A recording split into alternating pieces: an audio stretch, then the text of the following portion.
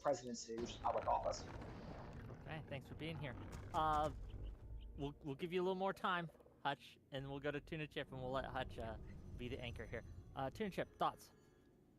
Yeah, basically, I'm not happy about the decision from Biden. It feels a little scorched earth. It feels a little bit like a concession to a new status quo where instead of fighting against the degradation of certain principles, we're just sort of like matching the other party where there are.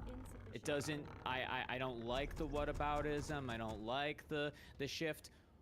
All the same, I understand why a person would take the defense, because it's a bit like getting punched in the face and not fighting back for XYZ reason.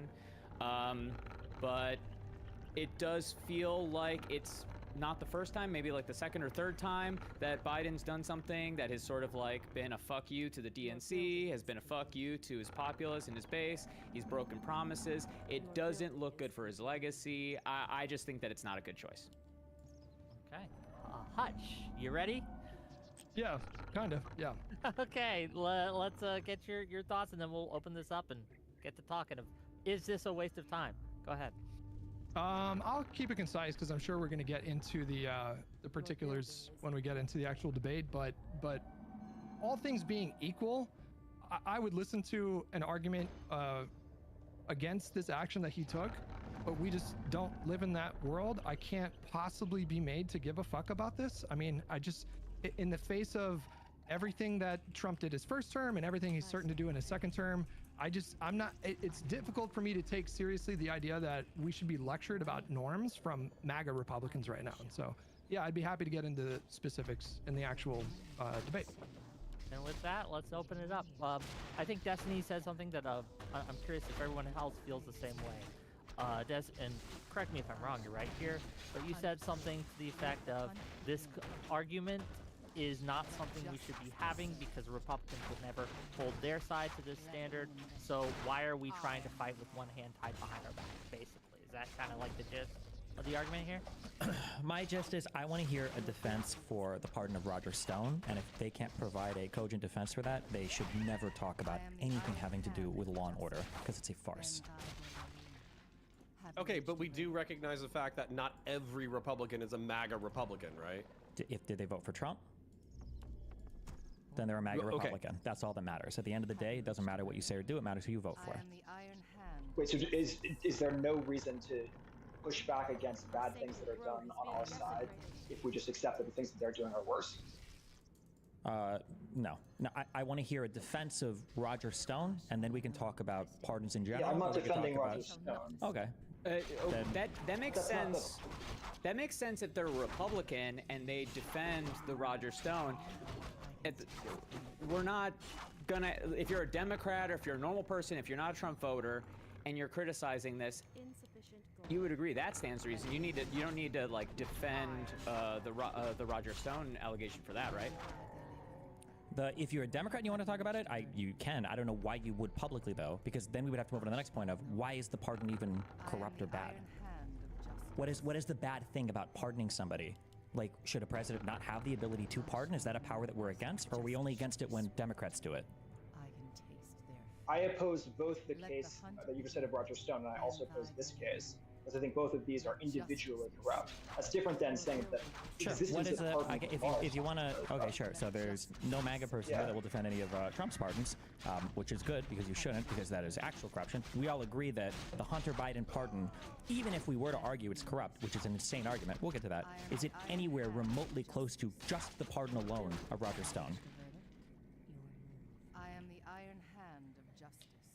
I would literally have to look that shit up, but I'm assuming that there's plenty of, like, so for instance, I've been seeing this all day on Twitter, right? Here are 114 of Trump's former pardons, and they literally show that they did a 4473 violation for some random hip-hop artist. They show that, who is it, Jared Kushner's dad got pardoned for, like, tax evasion in 2006. Whatever you're reading, that sounds like a real good tweet. Whoever made that tweet, that was a real good tweet, yes. Real quick. I just want to share. I'm working on getting a headphone right now, so if you talk over me, there's probably going to be an echo. So I just want to get that out there. So I'm working on the headset. Okay. But that's why you're not going to find me going like, oh yeah, like the Republicans, they would never do this. Like obviously they're sweeping for this shit, right? And on top of that, well, but here's my problem. My problem is that the general election, a lot of Democrats are flagellating themselves like, oh, this is a total repudiation of the democratic norms and the Republican system and the rule of law. And it's like, bitch, you lost by 1.5%. It's almost nothing. It's almost negligible. So that means that everything counts. And if everything counts, then when you're like handing the opposition a W, even if it's a 0.01% W, you're giving away ground that you don't need to give away. Who's changing their mind about anything based on this? Like what is the health of the country? I think the last 30 days of the election, we were all hoping that a comedian talking shit about Puerto Ricans was going to be the thing that tipped the balance of the election. So everything counts. Well, isn't that crazy? I love that you brought that up as an example. Isn't that crazy that the Democrats really wanted people to care about the racist jokes, but nobody gave a fuck? But when the Republicans really want us to care about the pardon of Hunter Biden's son, who is clearly the victim of a highly politicized prosecution, now all of a sudden we've got to change our behavior? Why are we granted that? Why don't the Republicans have to stop and consider, wait, maybe we shouldn't have these jokes and maybe we shouldn't have these people? Why do they set the tone on both sides? Wait, so hold on. Because whenever a tone change happens from them, people on the opposite side move to whatever they're doing. That's how is what you're proposing any different? I don't know that. Wait, can you say that again? What was moving to their tone change? No, they're the ones who get to set the tone both times. We don't get to set the tone ever. We say, hey, racist jokes at that thing are probably not good, and they're like, it's just jokes, bro. Who cares? And then they get record turnout in Hispanic votes. So that changes it on their side, but not ours. If we can see to it, then it changes on both. Okay, yeah, like counterpoints when you try talking and someone else is talking is just chaos. So let's try to go like one at a time. No, it's all good. But no, can you repeat that, Tuna, just so I can hear it?